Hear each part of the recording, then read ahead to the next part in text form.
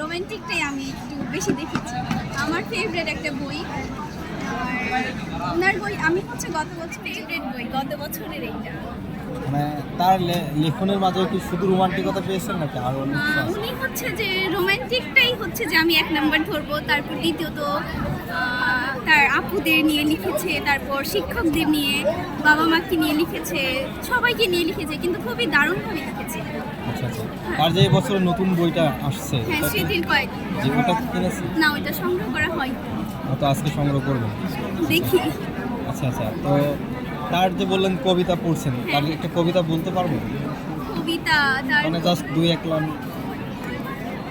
এক লাইন অনেকগুলাই মনে আছে আমার, হচ্ছে যে এটা হচ্ছে কবিতার মধ্যে ফিনিক্স পাখির মতো উদ্দেশ্যহীন, অনেক জোস একটা লাইন। তারপর হচ্ছে যে লিখেছে যে আমি এবার গোপন প্রেমিক হব। তারপর কি এতগুলা তো মনে আচ্ছা থাকবে আচ্ছা না, আচ্ছা আচ্ছা, সমস্যা নাই। মনে আছে কিন্তু বলতে পারবো না। আচ্ছা আচ্ছা। আচ্ছা আমি আরেকটা